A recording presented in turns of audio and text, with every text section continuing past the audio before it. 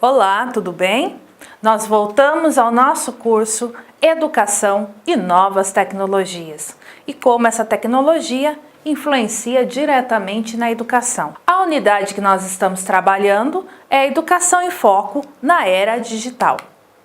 Entramos agora no tópico 3, a educação nas escolas de hoje. Percebam a postura dos alunos, como eles mudaram antigamente e nos dias atuais. Quando o professor chegava, já copiaram? Eu vou apagar a lousa. Aquele aluno, ele saía correndo, ele copiava as coisas. Hoje não. Hoje, muitos alunos nem copiam, Todo mundo acaba pegando as imagens dentro do celular. Principalmente agora, no estado de São Paulo, em que vai ser liberado o uso do celular como ferramenta para a sala de aula, para os estudos. Antigamente, as escolas eram ditadas pelo medo, diferente do respeito. Os alunos, eles olhavam para os professores e havia muito medo de toda aquela situação escolar. E eles não tinham muito acesso à informação. Tudo estava nas mãos dos professores. Os pais também, eles davam total apoio aos professores, que eram vistos como autoridade máxima e eram centralizadores daquele conteúdo dentro da sala de aula. Com o tempo, o cenário foi sendo modificado, principalmente a postura dos alunos, que eles não têm mais tanto medo desses professores. Não estou dizendo que esse medo é importante e é bom, não, respeito é bom, mas por essa coisa de não ter mais o medo e de ter informação em qualquer lugar, os alunos se tornaram mais autônomos, com acesso à tecnologia, mídias diferentes. Mas diante disso tudo, a gente basta retomar uma frase muito interessante do Mário Sérgio Cortella. Se os alunos não são mais como antigamente, por que os professores ensinam como antigamente? Se eles aprendem de outra forma, se a postura deles é outra, por que os professores ainda utilizam os mesmos métodos? Por que eles não aplicam novas tecnologias? São vários os porquês, mas o autor Pereira, ele tem uma fala sobre isso. Os métodos educacionais praticados atualmente são produtos do século XIX. Mas os professores sobrevêm do século XX, na questão de formação, e os alunos, grande parte deles, do século XXI. Pereira, 2017. Bem dizia Paulo Freire, em 2006, que para ensinar são exigidas 3 prerrogativas. Você que quer se tornar um professor, preste atenção. Nós precisamos de segurança. Segurança naquilo que nós estamos falando. E para isso é preciso de estudo, é preciso de empenho. Um segundo ponto é a competência profissional. E o terceiro, a generosidade. Vamos entrar na segurança. A segurança, ela expressa a firmeza em que atua, discute suas próprias decisões, aceita desafios e revê aquilo que já sabe. O professor inseguro, por exemplo, ele precisa utilizar sua autoridade para provar ao aluno o tempo todo que ele sabe mais. Há um distanciamento desse aluno. E como ele é muito inseguro, ele não deixa que esse aluno perceba. E fica se impondo o tempo todo, colocando o aluno para baixo, para que ele, o professor, se autopromova. Ele tem medo de questionamentos, tem medo de desafios e ele não revê aquilo que ele já sabe. Ele não questiona e pronto. É exatamente isso que ele disse. Nesse caso, ele não permite as reflexões. Tudo é muito imposto ao aluno e jamais tem voz ativa dentro da sala de aula. Ter segurança é saber sobre o que está falando, aceitar as novidades e poder transformá-la em novos conhecimentos. Outro ponto se dá através da competência profissional. O que seria isso? O professor, ele tem que ter seriedade em sua formação, já que seu estudo é reflexo de um bom profissional futuramente. Aproveitar ao máximo todas as oportunidades e estudar além do que se é disponibilizado. Nesse caso, eu deixo um recadinho aqui para você que está assistindo agora. A faculdade, assim como a vida, ela passa muito rápido. E quanto menos se espera, tudo já se foi.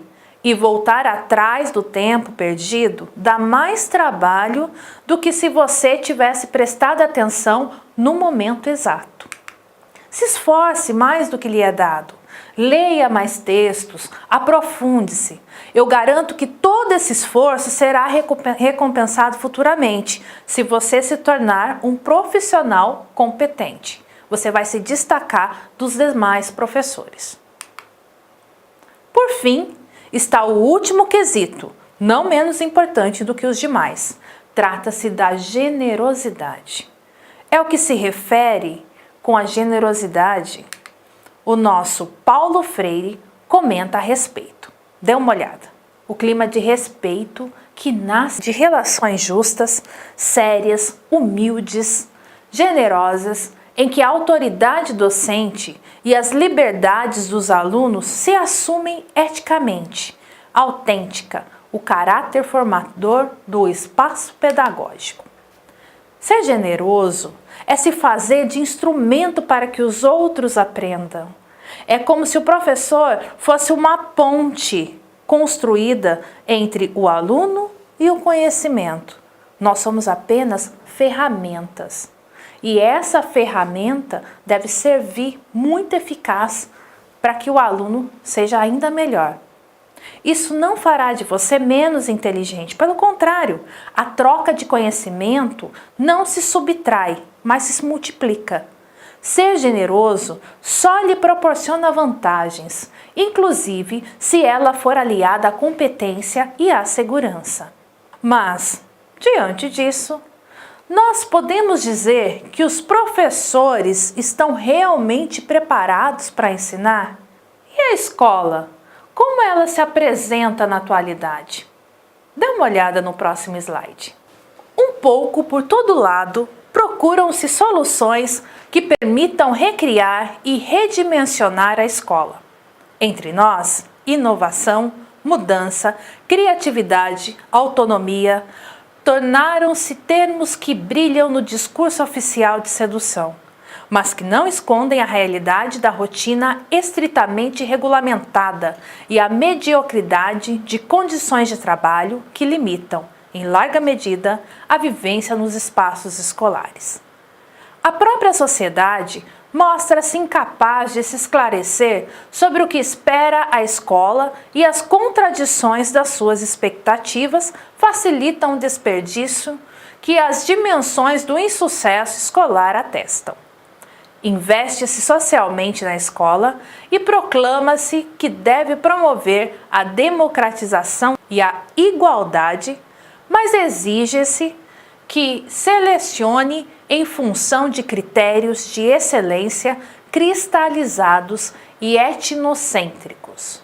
Infelizmente, diante de todo esse cenário, os professores ainda têm que lidar com os ingredientes como bullying, desrespeito ao professor, assédio, casos de violência, entre outros conflitos que dificultam o trabalho dentro da sala de aula.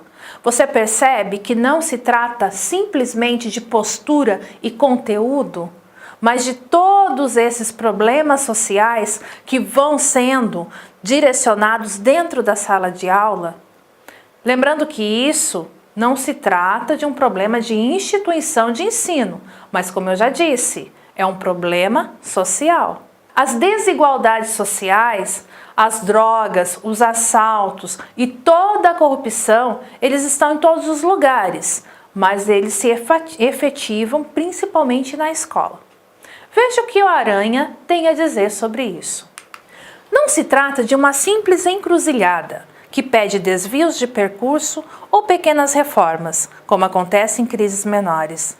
O momento exige invenção, com ousadia de imaginação para criar o novo. O modelo de escola tradicional mostra-se anacrônico e as propostas para o ensino e aprendizagem não se referem apenas às novas gerações, mas aos que permanecem excluídos do sistema, bem como a educação continuada dos adultos educados pelos antigos padrões. É preciso detectar com urgência os sintomas do mundo que emerge, o que não é fácil.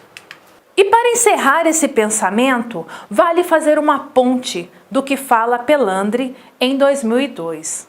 Leia comigo. A sociedade pós-moderna, da era da informação, concentra o poder cada vez mais em que domina os níveis mais elevados do saber e subjuga os que pouco ou nada conseguem gerenciar por insuficiência no uso da leitura e da escrita. Portanto, a gente pode perceber que as pessoas que têm menos instrução, elas são deixadas de lado dentro da sociedade. É como se houvesse até um preconceito. E essa pessoa, ela não tem tantos subsídios para poder melhorar dentro da sociedade. E quando se fala em leitura e literatura, eu acredito que são elas que acabam salvando a educação. A leitura e a escrita são ferramentas indispensáveis para construir todo esse conhecimento, para construir um cidadão que seja atuante dentro da sociedade. Portanto, leia e conte histórias para os seus alunos, para os seus filhos. A contação de histórias, aliada à leitura, é a chave para tornarmos uma sociedade mais participativa. As crianças, muitas vezes, elas não conseguem entender o que a gente fala, mas ela precisa do lúdico para poder compreender as verdades. Não é simplesmente contar historinhas. Histórias são homeopatias de verdade. Leve verdade, verdade sobre a vida para esse aluno. E aqui concluímos a mais um tópico. Nos vemos na próxima aula. Um abraço e até lá!